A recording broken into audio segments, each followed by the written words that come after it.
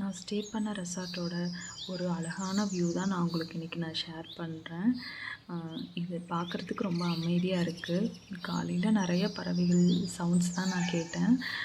இந்த இந்த இங்கேருந்து பார்க்கும்போது அப்படியே இந்த பிளேஸ் தான் எங்களுக்கு ரொம்பவே பிடிச்சிருந்தது.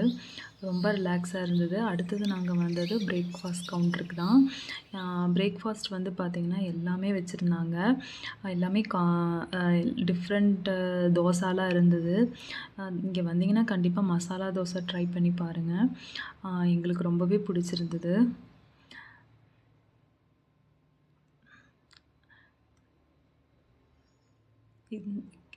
அடுத்தது நாங்கள் வந்தது ஓப்பன் ஆடிட்டோரியம். அதுக்கு பக்கத்துலேயே ஒரு சின்னதாக கிட்ஸ் ப்ளே ஏரியா இருக்குது. அவுட்டோர் ப்ளே ஏரியா தான். குழந்தைகள்லாம் கூப்பிட்டு வந்தீங்கன்னா கண்டிப்பாக இந்த இடத்த மிஸ் பண்ணிடாதீங்க.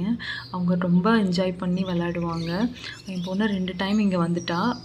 நேற்று நைட்டு, அதுக்கப்புறம் நேற்று காலையில், அதுக்கப்புறம் நைட்டு 2 டைமும் இங்கேயே தான் அவங்க விளையாண்டுட்டே தான் இருந்தாங்க. மோஸ்ட்லி எங்கேயுமே வரல. இன்டோர் ஆக்டிவிட்டியும் இருக்குது, இன்டோர் கேம் இருக்குது. நாங்கள் அங்கே போகவே இல்லை.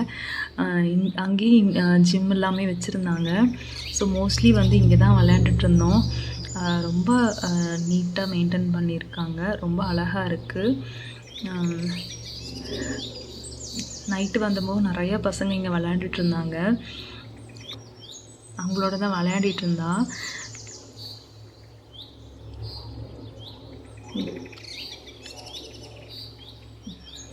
அட்வென்ச்சராக ஏதாவது ட்ரை பண்ணுறீங்க அப்படின்னா இங்கே ட்ரை பண்ணலாம். நீங்கள் இங்கே ஜிப்லைனும் இருக்குது.